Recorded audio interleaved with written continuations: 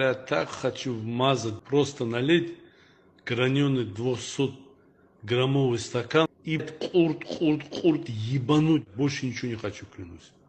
Внимательно посмотрите на этих четверых персонажей. Стоп, а где четвертый? А, вот же он, опять за свои иллюзии взялся. В общем, да, и сможете ли вы сказать, что между ними общего? Ну, вероятно, вы подметите, что все из них обладают стендами, шарят за хайповый шмот, все так или иначе связаны со стрелами и... Стоп, этого я и ожидал услышать. А теперь ответьте, с чем у вас ассоциируется стрела из невероятных приключений? Может, с загадочностью, покрытой тайной, великой силой, что подвластна только избранным? Или же просто ключевым предметом, неким очередным двигателем сюжета?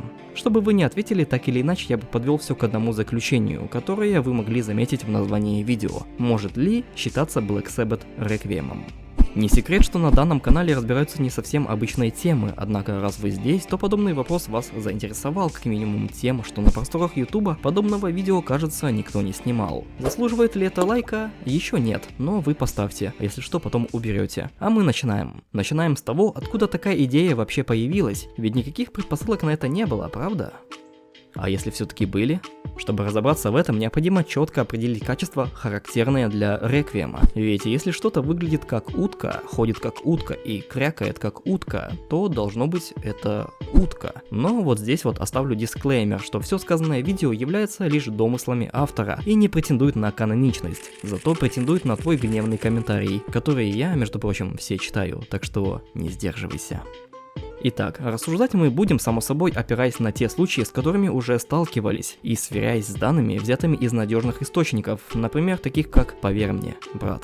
И, конечно, нельзя обойтись без обсуждения виновника появления всех стендов. Это кучка стрел и одна совершенно обычная, да, ничем особо не примечательная стрела, которая совсем не дает преимуществ перед другими. Ладно, тут и так все понятно, тема обсосана уже каждым. Стрелы сделаны из одного материала, из одного метеорита и свойствами обладают одинаковыми, ведь их отличие сам Араки нигде не указывал. Он не возводил именно эту стрелу с жуком в абсолют и не указывал, что на нее был наложен особый баф. Отсюда мы берем первый плюс в копилку того, что реквием Сэббета вполне вероятен и мог быть получен в результате контакта с выданной ему стрелой. Но тем не менее, ваше возражение вы можете озвучить в комментариях, только давайте, чтобы все не сводилось к сухому Араки прямым текстом не сказал, что это реквием, значит это не реквием. У нас ведь видео про теории, да и вообще, потому-то он и не сказал, ведь такой твист показывать в начале сезона как минимум негативно сказалось бы на ценности самого понятия реквием. А ведь одним из его основных замыслов это цикл, или же вечное возвращение. И это возвращение всячески проявляется в способностях стендов, повторно одаренных стрелой. Реквием by the Dust отображен в виде временного цикла, в котором главный злодей, благодаря своей силе, избегает точки невозврата и попадает в прошлое. Реквием Сильвет Черриота отображен в последней воле его бывшего владельца и, соответственно, постоянном возвращении к движению к цели. Реквием Gold Experience отображен в возврате всех произошедших событий к нулю, а Реквием Black Sabbath в возвращении к преследованию человека, потушившего зажигалку.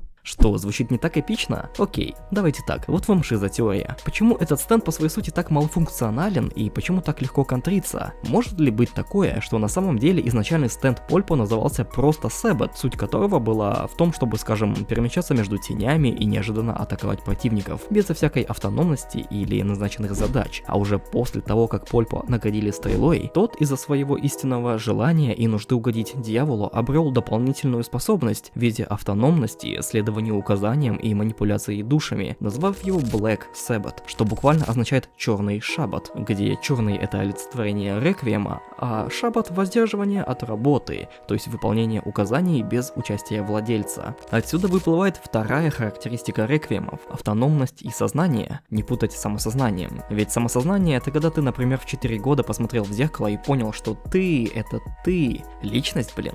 А сознание это некое мысленное построение для восприятия окружающего мира. Поэтому By the Dust имеет проявление сознания, так как прекрасно понимает, когда была раскрыта личность Киры, и более того, может не подчиняться воле хозяина, как в том моменте, где он защитил Хаята от кулака собственного же владельца. Так же, как и Черриот, что не подчиняется Пальнарефу, хотя он, по сути, ему уже и не принадлежал. А Гир... Ну, вы понимаете, он и без участия Джорно обкашливает вопросики. Также и Black Sabbath, выполняя указанную задачу по своему усмотрению и без прямого участия Польпо. Третья черта – это непередаваемость урона по владельцу. Будет справедливо подметить, что Bite the Dust невозможно нанести урон, так как откат срабатывает сразу же при его появлении, а Чариоту из-за того, что урон передавать по сути некому. Ну а Гер как бы... да. Сэббет же весь полученный урон принимает исключительно на себя, никак не беспокоя при этом владельца. Четвертый пункт – это управление душами. Активация Bite the Dust создает петлю, в которой связывает души всех причастных, и теперь им суждено будет погибнуть в одно и то же время. Реквием Чариота влияет в первую очередь на души людей и меняет их местами. Гер заключает души противников в бесконечный цикл смертей, а Black Sabbath по своему желанию способен вытянуть души людей для дальнейших манипуляций даже без их согласия. Пятый пункт. Результат работы стенда непредсказуем. О принципе их действия владелец не может быть уверен на 100% и узнает о результате только постфактум. Кира узнает, что откатилось время уже после того, как это произошло. Джорно даже не знает, каковы границы силы Гера, ведь его первое проявление было во время таймскипа. Пальнарев же просто наглядно засыпает, а потом...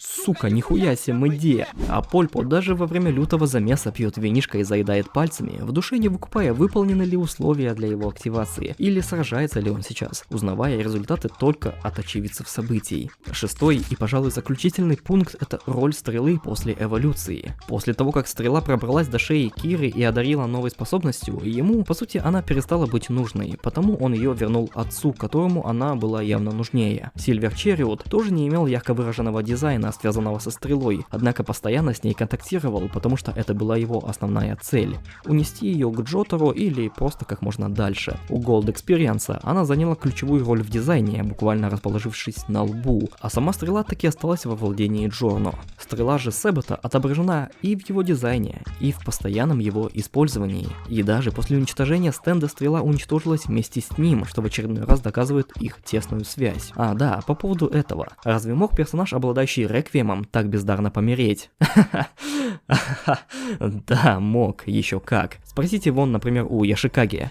А нет, вы не сможете. Он встретился со скорой кончиной. А Пальнарев же и вовсе из-за своей способности заточен в черепаху, что, конечно, получше смерти, но тоже участь не из приятных. Так что здесь мы снова можем сделать вывод о том, что Реквием не гарантирует полноценную неуязвимость, даже несмотря на автономность и другие приятные бонусы. И, кстати говоря, Black Sabbath все же попытался подать признаки защиты своего владельца, но уж извините, это вам не платина, и пулю на лету остановить не может, а его скорости реакции хватило только на то, чтобы в последний раз знатно испугаться. Это может объяснить, почему Польпо находится в тюремной камере по своей воле и не жаждет появляться в люди, ведь он прекрасно понимает, что Стэн теперь автономен и выполняет работу за него, и более того, бессмертен, ведь после уничтожения на свету появляется через время из любой доступной тени, а единственная его слабость – сам владелец.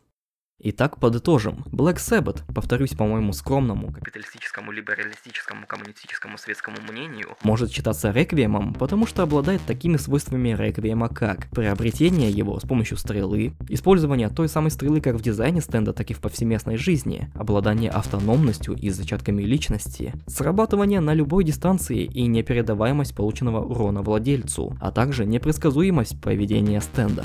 А не может считаться им, потому что... Араки не написал об этом прямым текстом. Звучит ли это убедительно? Ответить на этот вопрос можете только вы. Например, в комментариях ниже или в нашем телеграм-чатике, где я постоянно общаюсь и вам советую. А вот где точно уверен в наличии реквиема, так это в моем бусте. Там же найдете эксклюзивные видео, ранний доступ к роликам и другие плюхи. Спасибо Личу и Мейксону за продвинутую поддержку. Также отдельная благодарность Скаму. А на сегодня я буду заканчивать. Не забывай, что от лайка и подписки на канал вероятность пробудить реквием очень мала, но никогда не нулевая. И еще увидимся.